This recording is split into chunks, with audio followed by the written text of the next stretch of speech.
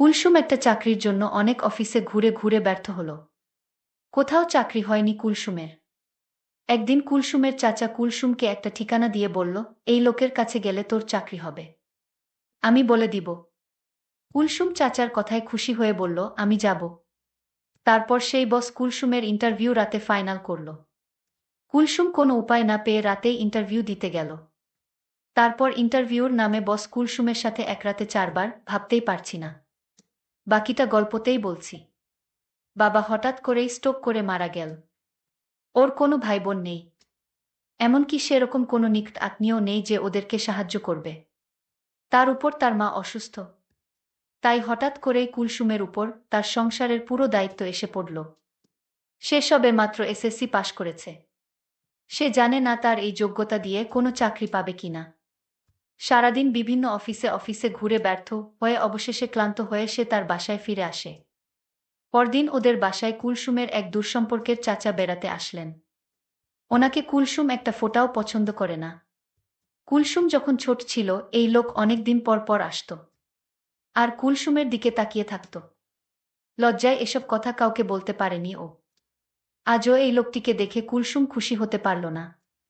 সে সালাম দিয়ে চাচাকে ড্রয়িং রুমে বসিয়ে রেখে ভিতরে চলে গেল। একটু পরেই চাচা আবার তাকে ডেকে পাঠালেন। সে এসে সোফায় বসল। অনেক দিন পর কুলসুমকে কাছ থেকে দেখতে পেল ওর চাচা সিরাজ উদ্দিন। শুনলাম তুমি নাকি চাকরির চেষ্টা করছো। জি চাচা, অনেক কষ্টে গলা স্বাভাবিক রেখেছে কুলসুম। শোনো বেটি, এভাবে রেফারেন্স ছাড়া তো আজকের দিনে কোনো চাকরি পাবে না তুমি। তোমাকে আমি একটা লোকের ঠিকানা দিচ্ছি, তুমি কালই ওনার সাথে যোগাযোগ করবে। আমি বলে রাখব, তোমার চাকরি ইনশাল্লাহ হয়ে যাবে। চাকরির এরকম অভাবনীয় সুযোগের কথা চিন্তা করে কুলসুম খুশি হয়ে গেল। এমনকি নিচু হয়ে চাচাকে সালামও করে ফেল। তার চাচা কুলসুমের দিকে তাকিয়ে রইল। কুলসুম উঠে উপরে তাকাতেই উনি অনেক কষ্টে চোখ সরিয়ে নিলেন। বড় হওয়ার পর কুলসুমকে অনেকদিন পরে দেখে চাচার মাথা খারাপের মতো অবস্থা হয়ে গিয়েছিল। কুলসুমের মতো একই সাথে এরকম মেয়ে সচরাচর দেখা যায় না। পরদিন সকালে কুলসুম ঠিকানা অনুযায়ী উত্তরার একটা অফিসে গিয়ে দিদার নামে ওখানের ম্যানেজারের সাথে দেখা করল। কুলসুমকে এক নজর দেখেই দিদার চমকে উঠল। এদেশে এখনো এরকম মেয়ে আছে। সে নিজেও অনেক সুন্দর। বহুদিন কানাডায় ছিল সে। মেয়েটি দেখতে একদম কানাডা দেশের মেয়ের মতো। কুলসুমকে দেখে ওর তাদের কথা মনে হয়ে গেল। নিজের দেশেই যে এমন সুন্দরী মেয়ে আছে তা তার ধারণা ছিল না। মনে মনে সিরাজ সাহেবের চয়েজের প্রশংসা করল সে। মুখে বলল, সিরাজ উদ্দিন তোমাকে পাঠিয়েছেন। তো মনে করো চাকরিতে এক পা দিয়েই রেখেছ, তবে তোমার নিজেকে প্রমাণ করতে হবে, বুঝেছ? জি স্যার, কুলসুম নত মুখে বলল। ভালো, তোমার মতোই মেয়ে আমাদের অফিসে দরকার। তোমার মতো মেয়ে অনেক দিন যাবৎ খুঁজেছি, পাইনি। আজ পেয়েছি। আমি আশা করি তুমি অফিসের কাজ খুব সুন্দরভাবে করতে পারবে। তাহলে আজ সন্ধ্যায় আমাদের হেড অফিসে চলে এস, ওখানেই তোমার ইন্টারভিউ হবে। সন্ধ্যায় ইন্টারভিউ? কুলসুম অবাক হয়ে যায়। আমাদের কোম্পানি সময়ের মূল্যতে বিশ্বাস করে, তাই অফিস টাইমে ইন্টারভিউ নিয়ে সময় নষ্ট করা হয় না। কোনো আপত্তি আছে তোমার? না স্যার, ওকে দেন, এই নাও ঠিকানা। ঠিক 7টার মধ্যে চলে এসো। কুলসুম ঠিকানা লেখা কাগজটা হাতে নিয়ে বের হয়ে আসে। সে দিদার সাহেবের ব্যবহারে খুশি হয়েছে। অন্য যতগুলো অফিসে সে গিয়াছে প্রতিটাতেই অফিসের বসকে অভদ্র বলে মনে হয়েছে। কিন্তু দিদার সাহেবকে তার ভদ্র বলে মনে হয়েছে। লোকটিকে ওর খুব ভদ্র বলে মনে হলো। কিন্তু সে আসলে ভদ্র নয়, সে আরও জঘন্য। সন্ধ্যায় খুঁজে খুঁজে উত্তরার অভিজাত এলাকায় এক বিশাল বাড়ির সামনে এসে দাঁড়ালো কুলসুম। দারোজান গেট খুলে ওকে সোজা 4তলায় চলে যেতে বলল। 4তলায় এক বিশাল ড্রয়িং রুমে ঢুকে কুলসুম দিদার সাহেবকে দেখে চিনতে পারল। ওনার সাথে অন্য একজন অপরিচিত লোক ছিল। সে দুজনকেই সালাম দিল। কিন্তু দুজনের কেউই জবাব না দিয়ে বলল, এত সম্মান করতে হবে না আমাদের। দিদার সাহেব যেন হঠাৎ সম্বিত ফিরে পেয়ে তাকে বসতে বলল। উনি হচ্ছেন আমার পার্টনার জসিম। দিদার কুলসুমকে অন্য লোকটার সাথে পরিচয় করিয়ে দিল। কুলসুম সোফায় গিয়ে বসতেই জসিম উঠে এসে ওর পাশে একেবারে পাশে বসল। দিদার, আপনি ঠিকই বলেছেন। কুলসুম আসলেই একজন দক্ষ মেয়ে, জসিম দিদার দিকে ফিরে বলল। কুলসুম কিছুই বুঝতে না পেরে ফ্যালফ্যাল করে তাকিয়ে রইল। জসিম আবার কুলসুমের দিকে ফিরে তাকাল। জসিম তার বাজে আচরণ করার চেষ্টা করল। এসব দেখে কুলসুম চট করে উঠে দাঁড়ালো। কি করছেন আপনারা এসব? এই বুঝি আপনাদের ইন্টারভিউ? দিদার হা হা করে হেসে উঠল। জসিমও হাসতে হাসতে বলল, আমাদের ইন্টারভিউ যদি তুমি পাশ করতে পারো তাহলে চাকরিটা তোমার কনফার্ম হয়ে যাবে। দিদার হাসি থামিয়ে কুলসুমের দিকে ফিরল। দেখো কুলসুম, এই যুগটাই হচ্ছে স্বার্থপরতার যুগ। তোমার চাকুরি দরকার, আর সে অনুযায়ী শিক্ষাগত যোগ্যতা বা অভিজ্ঞতা কোনটাই তোমার নেই। কিন্তু তোমার কাছে একটা কিছু চাওয়ার আছে। যদি তুমি আমাদের চাওয়া পূরণ করতে পারো তাহলে তোমার চাকরি নিশ্চিত হয়ে যাবে। এরপর থেকে তোমাকে আর কোনোদিন আমরা তোমার কাছে কিছু চাইব না। আমাদের এমন একটি ব্রাঞ্চে তোমার পোস্টিং হবে যেখানে আমাদের সাথে তোমার দেখাই হবে না। ভেবে দেখ, মাসে 20,000 টাকা বেতন। আমি ভেবেছিলাম কুলসুম মনে মনে খুশি হয়ে উঠবে। হাসালে দেখছি। কুলসুম বলল, দেখুন আমি কিছু দিতে পারবো না। যদি আমার যোগ্যতা অনুযায়ী আপনারা আমাকে চাকরিটা দেন তাহলে আমার খুব উপকার হবে। অফিসের বস বলল, এটা কি মামার বাড়ির আবদার যে চাইলেই চাকরি হয়ে যাবে? তুমি যদি আমাদের কথায় রাজি থাকো তাহলে চাকরি তোমার হয়ে যাবে। এমন কথা শুনে কুলসুম খুব কষ্ট পেল। তার ইচ্ছে হচ্ছিল লোকটার গালে ঠাস করে একটা চট বসিয়ে দেয়া। কিন্তু সে সময় তার অসুস্থ মায়ের মুখখানি ওর চোখের সামনে ভেসে উঠল। আর তাই অসহায় হয়ে চাকরিটার জন্য তাদের কথায় রাজি হলো। এই তো ভালো মেয়ে, রাতে তোমার ইন্টারভিউ শেষ হওয়ার সাথেই সাথেই তোমার অ্যাপয়েন্টমেন্ট লেটার পেয়ে যাবে। এখন যেতে পারো। সন্ধ্যায় বাসা থেকে বের হওয়ার সময় ও মাকে বলে গেল যে তার নতুন চাকুরির ট্রেনিংয়ের জন্য আজ সারারাত অফিসে থাকতে হবে। ওর চাকুরি পাওয়ার খবরে মা এতই আনন্দিত ছিল যে ওনার মনে কোনো খারাপ চিন্তা এল না। কুলসুম আজ ইচ্ছেমত সেজেছে। ও এমনিতেই সুন্দরী, তার উপর আজ এভাবে সাজাতে ওকে আরো সুন্দর দেখাচ্ছে।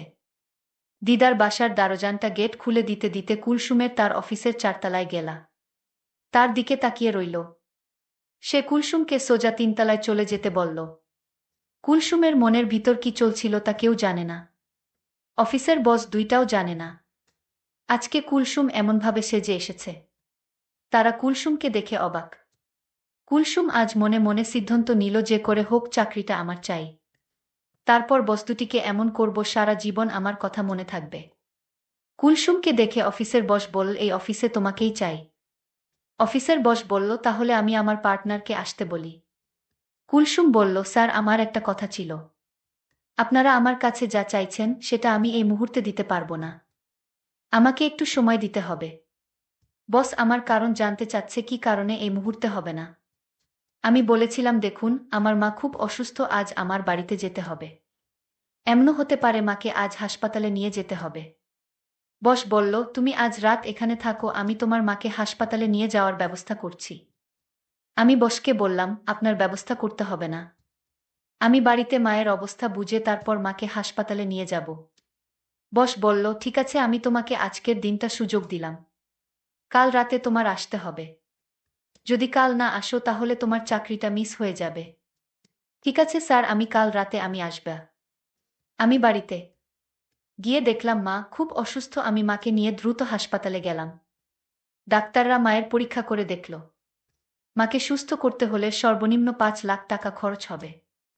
আর যদি সেই টাকা 24 ঘন্টার ভিতরে না দিতে পারি তাহলে মায়ের চিকিৎসা হবে না, আর মাও বাঁচবে না। আমি এখন এত টাকা কোথায় পাব? আমি মহাচিন্তায় পড়ে গেলাম। আমি কি করব বুঝতে পারছি না। আমার আপনজন বলতে কেউ নেই। আমি এখন কি করব? কোথায় যাব? কার কাছ থেকে এত টাকা পাব? ভাবতে ভাবতে প্রায় 12 ঘন্টা চলে গেল। আমি ভাবলাম আমি অফিসের বসের কাছে যাব, কারণ তাদের তো টাকার অভাব নেই। তারা আমাকে টাকা দিবে। কিন্তু 5 লাখ টাকা তারা কি আমায় দিবে? আমি তাড়াতাড়ি অফিসের স্যারের কাছে গেলাম। অফিসের বড় বস আমায় দেখে আমার দিকে অন্যরকম দৃষ্টিতে তাকিয়ে রইল। আমি কিছু বলবো সেই সুযোগটা আমায় দিচ্ছে না। আমি বললাম, বস আপনি এভাবে কি দেখছেন? বসের হুঁশ ফিরল। আমি বসকে বললাম, আমার টাকার দরকার। 24 ঘন্টার ভিতরে আমি যদি কাউন্টারে টাকা জমা না দিতে পারি তাহলে আমার মাকে বাঁচানো যাবে না। আমার পৃথিবীতে আপন বলতে কেউ নেই। আমি আপনাকে বলেছিলাম না মা খুব অসুস্থ, আজ মাকে হাসপাতালে ভর্তি করে রেখে এসেছি। বস আমার কথা শুনে বলল, কত টাকা লাগবে? আমি বললাম, বস আমার মাকে বাঁচাতে 5 লাখ টাকা লাগবে। বস আমার কথা শুনে বলল, এত টাকা আমি তোমায় কিভাবে দিব? আমি বসের পায়ে ধরে বললাম, বস আমার মাকে বাঁচান, আমি আপনার সব কথা রাখব। 24 ঘন্টার ভিতরে টাকাটা জমা না দিতে পারলে আমার মাকে বাঁচানো যাবে না। আর তাই বলছি আপনি একটা কিছু করুন। বস বলল, ঠিক আছে আমি টাকা দিব এবং তোমার মায়ের সমস্ত চিকিৎসার খরচ আমি দিব। কিন্তু তার বিনিময়ে আমি যা চাইব তাই কিন্তু তোমার দিতে হবে। আমি বললাম, বস আপনি আমাকে একবার বিশ্বাস করুন, আমি আপনার কথা রাখব, কিন্তু আমার মাকে তাড়াতাড়ি বাঁচান। 5 লক্ষ টাকা কাউন্টারে জমা দিতে হবে। ঠিক আছে, তুমি কোনো চিন্তা করো না। চলো আমার সাথে। বস আমাকে নিয়ে হাসপাতালে চলে আসলো। কাউন্টারে 5 লক্ষ টাকা জমা দিল মায়ের চিকিৎসার জন্য। টাকাটা জমা দেওয়ার সাথে সাথে মায়ের চিকিৎসার কার্যক্রম শুরু হয়ে গেল।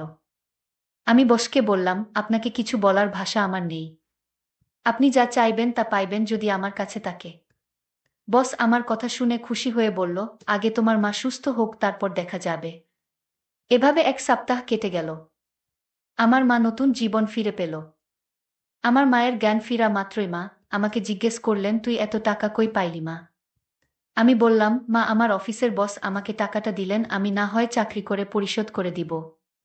মা বলল, তুই চাকরি করে এত টাকা পরিশোধ করতে পারবি? এই মুহূর্তেই বস আমার মাকে দেখতে এলো। মায়ের জন্য অনেক খাবার নিয়ে আসলো। আর বলল, আন্টি আপনি কোনো চিন্তা করবেন না, আমি আপনাদের পাশে আছি। যখন যা প্রয়োজন আমার কাছে বললেই হবে, আমি দিয়ে দিব। আমার মা তখন কান্না করে বসকে বলল, আমার জন্য তুমি যা করেছ তার ঋণ আমি কিভাবে শোধ করব? বস বলল, এ নিয়ে আপনার চিন্তা করতে হবে না। আজ আপনাদের ছুটি, আপনি এখন বাড়িতে যেতে পারবেন। আমি ডাক্তারের কাছ থেকে আপনাদের ছুটি নিয়ে এসেছি। আর আপনার 1 মাসের ওষুধ কিনে দিয়েছি। আমি মনে মনে চিন্তা করতে লাগলাম, আমার অবস্থা কি হবে? বস যে কিসের লোভে পড়ে এত যত্ন করছে মাকে তা তো আমি জানি। আমার তো খবর হয়ে যাবে। বস আমায় বলল, কি চিন্তা করছো? এখন আর কোনো ভয় নেই, তোমার মা সুস্থ হয়ে গেছে।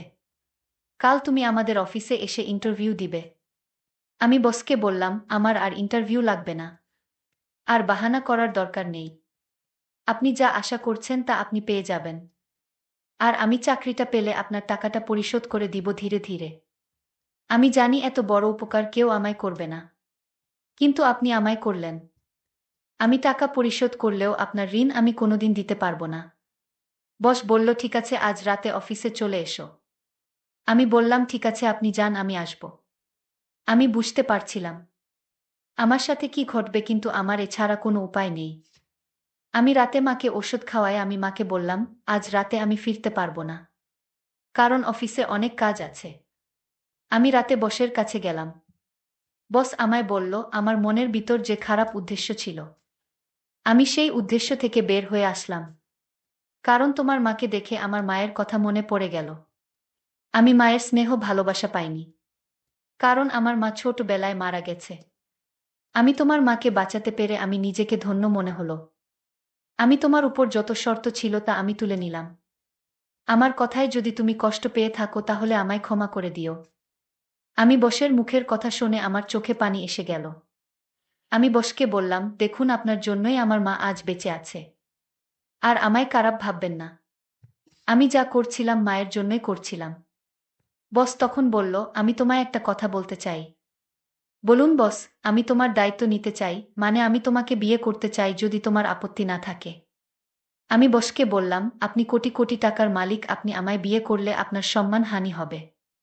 বস তখন বলল, দেখো আমার মা নেই, আমি তোমার মায়ের সেবা করে যেতে চাই।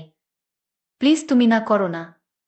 আমি বসকে সেলুট দিয়ে বললাম, আপনার মতো মানুষ যদি প্রতিটি প্রতিষ্ঠানে থাকতো তাহলে কোনো মা অসুস্থ অবস্থায় মারা যেত না। ঠিক আছে, আমার কোনো আপত্তি নেই। আপনার মতো মানুষ আমার পাশে থাকলে আমার বাকি জীবনটা ভালোই কাটবে। বন্ধুরা, আজকের গল্পটি কেমন লাগলো তা অবশ্যই কমেন্ট করে জানাবেন। আর এরকম নতুন নতুন গল্প পেতে আমাদের চ্যানেলটিকে সাবস্ক্রাইব করে পাশে থাকুন। ধন্যবাদ।